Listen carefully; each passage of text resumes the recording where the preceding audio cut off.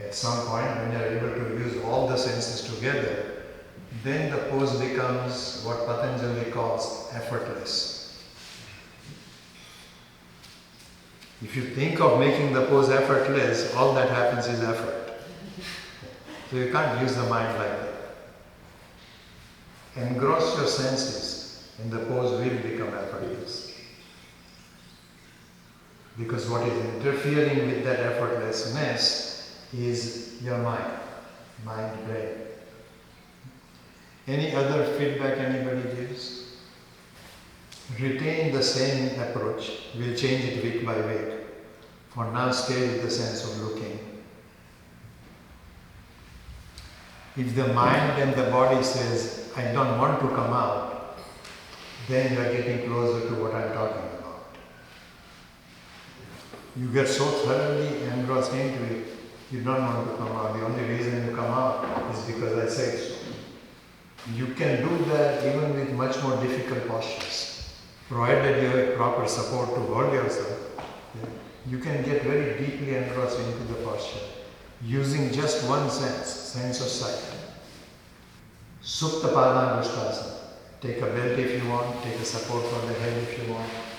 Take your right leg up. Let's begin with the legs. She has two legs like everybody. This leg, your lifted leg, is more like in a forward bend in relation to the torso. The left leg is more like Tadasana. So both the legs rotate in. Only this leg will not rotate in as much because in Tadasana you don't rotate that much, slight inner rotation. Okay? Your instep extends out more than the outside of the foot, which means you are taking more weight on the big toe side. The lifted leg rotates in much more. When the leg rotates in, what happens to the pelvis? Tucks or untucks? I bend forwards. What does my pelvis do? Untucks or tucks? Untucks. Whenever the leg is rotated in, the pelvis untucks. In fact, the untucking of the pelvis should take you more into the pose than anything else. Okay, hamstring stretch is required, but that is secondary. If you want to learn a forward bend, you begin here in Tadasana. You begin by untucking the pelvis. Okay, that sensation comes first, then the hamstrings let you go further. In fact, no matter how much you can bend forward, keep that sense of untucking the pelvis. Except when there are special problems with the back, then we change it. Now, retaining that position, you've been there now a few minutes. So, since the pelvis untucks, the tendency here is to tuck the pelvis. Instead, on the lifted leg, which is more in a forward bend position, untuck the pelvis.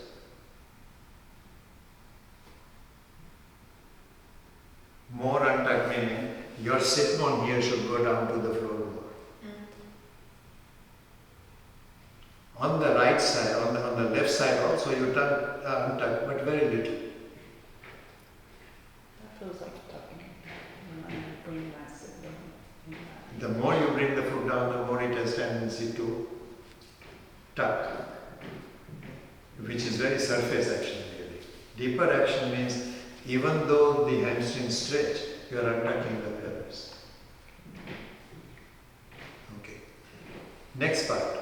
When the pelvis untucks and you bend forward, what happens to the top of the femur? Do they move towards each other or away from each other? Again, you can see that more in Pranayama easily.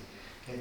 The more I bend forward, the more the femurs move away from each other. This femur will not move as much to the left. This will move much more to the right. Widen the femurs away from each other. Okay, I'm going through the steps. Later, you have to do on your own. Untucking the pelvis, move the femurs away from each other. only this femur moves much more away to the right than this moves towards the left. Now you can't see all this, right? You feel it. But more than feeling in the sense of musculature and tucking and untucking, feel it by looking at it with your eyes. What I have described just now, there is much more to this, but begin with this. Understand the steps I am describing. Have an image of that and keep looking at it. Alright? Ready? Right leg up. Or left leg down. Either way is fine.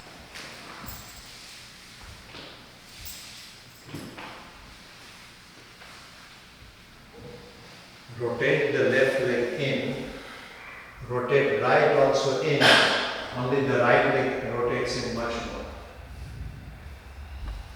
When the legs rotate in, pull the top two femurs away from each other.